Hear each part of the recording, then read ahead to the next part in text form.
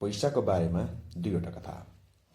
एकजना बालकले रुँदै आफ्नी आमासँग सोध्यो, आमा, चन्द्रमा कहाँ छ?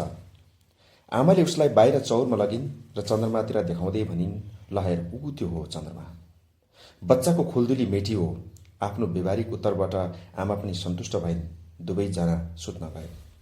भोलिपल्ट बिहानै उठेर बालक स्कुल गयो। त्यस दिन स्कुलमा शिक्षकले चन्द्रमाको बारेमा निबन्ध लेखाउन चाहन्थे। उनले प्रश्न सोध्ने क्रममा त्यही बालकलाई सोधे, के तिमीले चन्द्रमा देखेका छौ? बालकले खुसी हुँदै उत्तर दियो, देखेको छु सर। के मलाई देखाउन सक्छौ? शिक्षकले सोधे। बालकले उभिएर आफ्नो चोर औँला देखायो, यो हो चन्द्रमा। आमाले औँल्याएको कुरा बालकले देखेकै रहेन सर।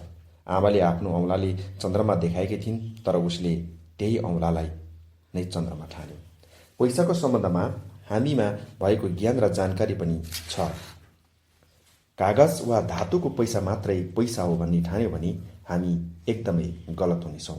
औँलालाई चन्द्रमा ठान्ने भुल गरेको बालक जस्तै हुनेछौँ।